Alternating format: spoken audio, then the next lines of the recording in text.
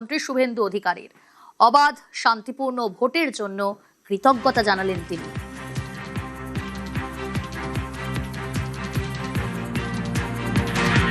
প্রথমেই বাংলার জনগণ তথা 93% ভোট প্রদানকারী ভোটারদেরকে নতমস্তকে কৃতজ্ঞতা জানালাম।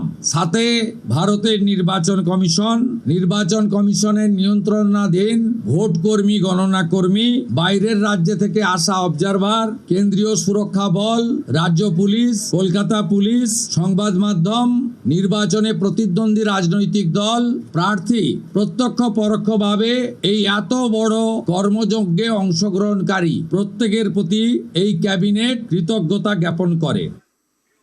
যে 6টি সিদ্ধান্ত নেওয়া হয়েছে তার মধ্যে অত্যন্ত গুরুত্বপূর্ণ, অত্যন্ত তাৎপর্যপূর্ণ বিএসএফ কে জমি হস্তান্তর। সোমরাজ রয়েছে আমার সঙ্গে সরাসরি। সোমরাজ, বিএসএফ কে জমি হস্তান্তর কতটা বড় প্রশাসনিক পদক্ষেপ?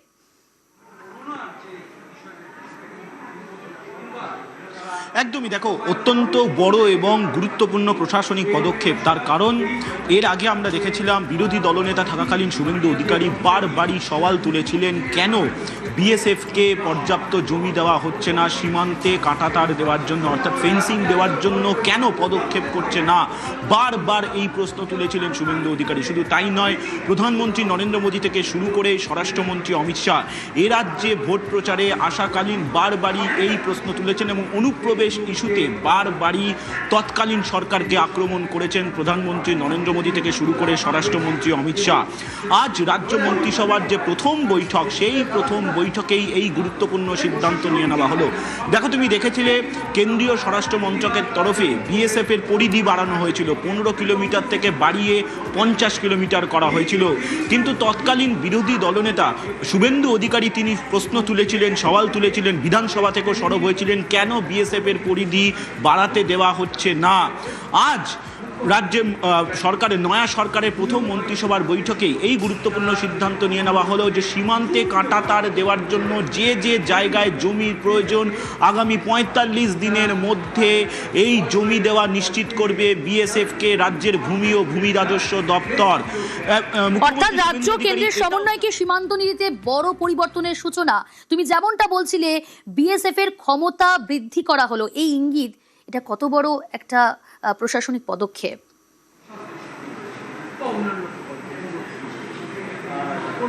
একদমই, দেখো, কেন্দ্র বারবারই কিন্তু এই ইস্যুতে রাজ্যের সহযোগিতা চেয়েছিল, কিন্তু বারবারই কেন্দ্রের তরফে প্রশ্ন তোলা হয়েছিল যে বিএসএফ এর পরিধি বাড়ানো, অনুপ্রবেশ ইস্যুতে কাঁটাতার লাগানো বিভিন্ন অঞ্চলে, তা নিয়ে রাজ্যের সহযোগিতা পাওয়া যাচ্ছে না। এর আগে আমরা বারবারই দেখেছি কেন্দ্রীয় স্বরাষ্ট্র মন্ত্রকের তরফে এই ইস্যুতে প্রশ্ন তোলা হয়েছে, একের পর এক চিঠি রাজ্য সরকারকে পাঠানো হয়েছে, কিন্তু তারপরেও কোনো গুরুত্বপূর্ণ পদক্ষেপ নেওয়া হয়নি, তেমনটাই অভিযোগ উঠেছিল।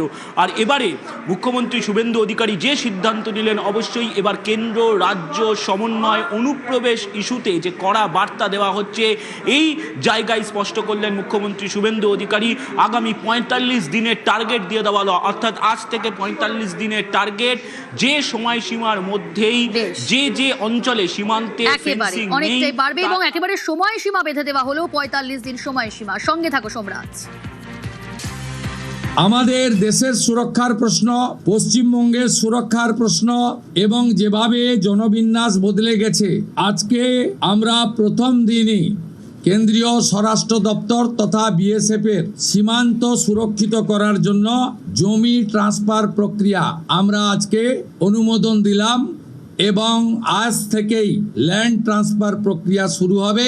ভূমি ও রাজস্ব সচিব তাকে এবং মুখ্য সচিবকে দায়িত্ব দেওয়া হলো 45 দিনের মধ্যে বিএসএফ এর প্রয়োজনীয় জমি হস্তান্তর সম্পূর্ণ করতে হবে।